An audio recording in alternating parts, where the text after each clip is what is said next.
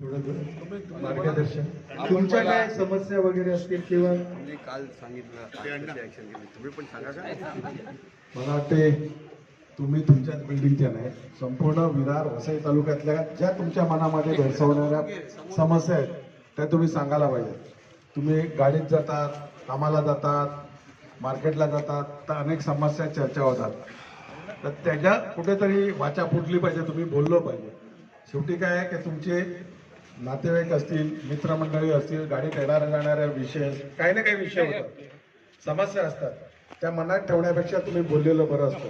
आणि या ठिकाणी कुठचीही समस्या अख्ख्या वसई तालुक्यात तुम्हाला जर वाटली सांगितलं तर त्याचं जे काय आम्ही आमच्याकडे उत्तर आहे आम्ही ते देऊ, जेणेकरून तुम्हाला देखील गाडीमध्ये किंवा त्या चर्चेमध्ये ज्यावेळी तुम्ही हक्काने सांगतात आम्ही शिटीवाले आहोत, बहुजन विकास आघाडीचे कार्यकर्ते आहेत, त्यावेळेस समोरून कोणतरी चिमटा काढायचा प्रयत्न करत असतो आणि त्या प्रश्नाचं तुमच्याकडे उत्तर नसते.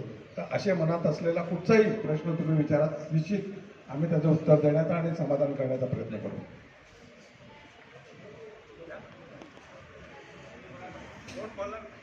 बोला ना, बोला ना. मला बोलायचं होतं.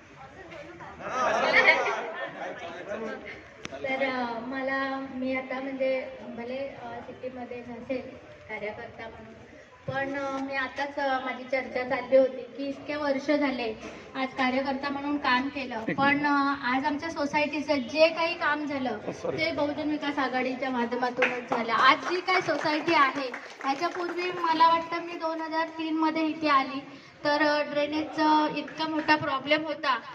तर प्रत्येक वर्षाला डेंग्यूनी म्हणजे असं कोणी ना कोणी हॉस्पिटलमध्ये असायचं आणि आम्ही असंच सहजमध्ये मी गेली अप्पांकडे आणि त्यावेळेस वर्षाताई होत्या, प्रफुल्ल साने सर होते आणि त्यावेळेस मी तिथे जाऊन म्हणजे रात्री एवढ्या कार्यकर्त्यांना घेऊन कोण ही व्यक्ती एवढ्या रात्रीची घरामध्ये अचानक घुसते असं चर्चा झाली.